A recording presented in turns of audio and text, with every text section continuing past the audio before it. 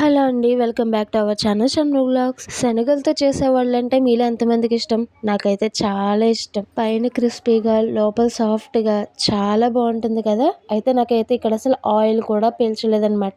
అయితే ఈ వడలు ఎలా ప్రిపేర్ చేసుకోవాలో ఒకసారి చూసేద్దాం. ఇప్పుడు నేను ఒక మిక్సీ జార్ తీసుకున్నాను. అందులో నేను ముందు రోజు నైటే నానబెట్టుకున్న శనగలు కూడా వేసుకున్నాను. నేను 5 డేస్ బ్యాక్ తెచ్చిన స్వీట్ కార్న్ ఫ్రిడ్జ్‌లో అలా ఉండిపోతే అత్తమ్మగా నేను గింజలు తీసి పెట్టి ఉంచాననమాట. అవి కూడా నేను ఇందులో ఏసేసుకున్నాను. ఇప్పుడు 1 ఇంచు సైజు అల్లం ముక్క, దాల్చిన చెక్క, అలాగే లవంగాలు, మీ స్పైసీకి తగ్గట్టు పచ్చిమిర్చి కానీ ఎండుమిర్చి కానీ వేసుకుని ఉప్పు జీలకర్ర వేసుకుని గ్రైండ్ చేసుకోవాలి. ఇలా కచ్చా పచ్చగా గ్రైండ్ చేసుకుంటే మనకి పప్పు అనేది తగులుతుంది అనమాట. ఇప్పుడు అందులో సన్నగా తరిగిన ఉల్లిపాయ ముక్కలు, ఒక 3 స్పూన్లు వరిపిండి కూడా వేసుకుని ఒకసారి బాగా కలుపుకోవాలి. మనం ఎక్సెస్ వాటర్ అయితే వేయనవసరం లేదు, ఇందులోనే ఆ తేమ ఉంటుంది కాబట్టి సరిపోతుంది. ఒకవేళ మీకు గట్టి కనిపిస్తే కనుక కొద్దిగా వాటర్ చిలకరించుకుని కూడా కలుపుకోవచ్చు. ఇంకా ఫైనల్ గా కరివేపాకు కూడా వేసుకుని ఇలా చిన్న చిన్న ఉండల కింద చేసుకుని వడల షేప్ లో చేసుకోవాలి.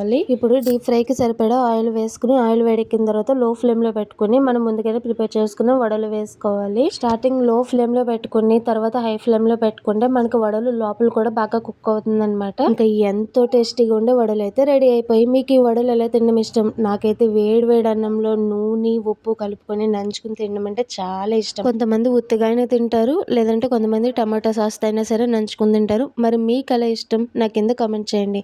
నా వీడియో మీకు నచ్చితే కొంచెం లైక్ చేసి వెళ్ళండి. Thank you for watching. Bye.